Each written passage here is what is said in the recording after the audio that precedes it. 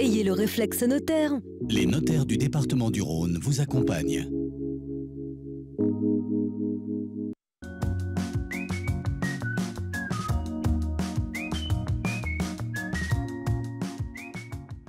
Bonjour à tous et bonjour Maître Chanceau. Bonjour Jean. Alors la question du jour, c'est quels sont les outils qui sont à notre disposition pour protéger notre conjoint?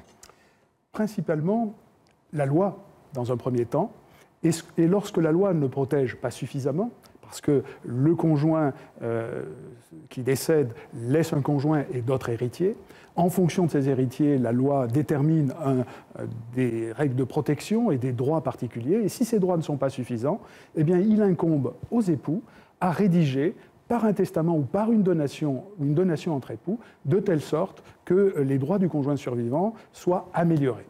Alors c'est les époux qui, souvent avant leur décès justement, peuvent construire ces droits en fonction de ce qu'ils souhaitent. C'est bien ça? Exactement. En conseil et en discussion avec le notaire, eh bien, on regarde les droits que l'on souhaite conférer au conjoint survivant et par un testament écrit de la main du testateur ou par une donation entre époux, cela permet d'augmenter de façon considérable les droits du conjoint survivant. Alors on parlait aussi du contrat.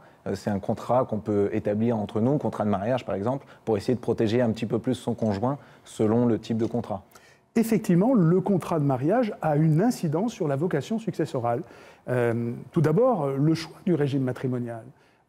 Les époux qui se marient sous le régime légal de la communauté de biens acquis, eh bien, il y a une incidence par rapport aux droits du conjoint, puisque même le conjoint qui n'a pas financé un bien, le conjoint qui ne travaille pas, aura droit à la moitié de l'investissement commun.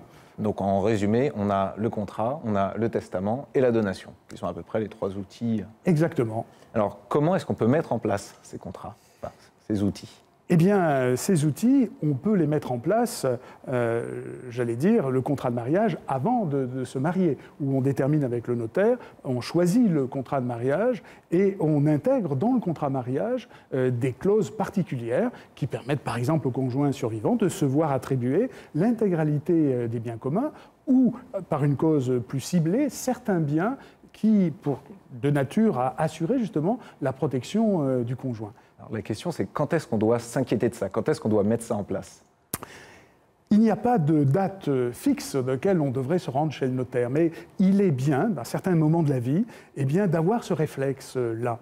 Car ce que l'on peut dire, c'est aimez-vous l'un et l'autre tout en ayant le réflexe notaire.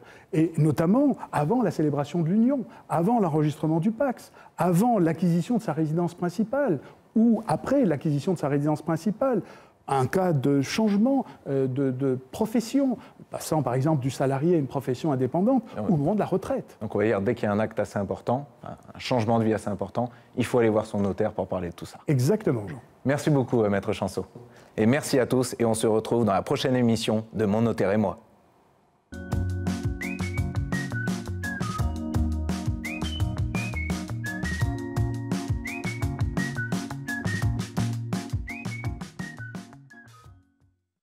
Ayez le réflexe notaire. Les notaires du département du Rhône vous accompagnent.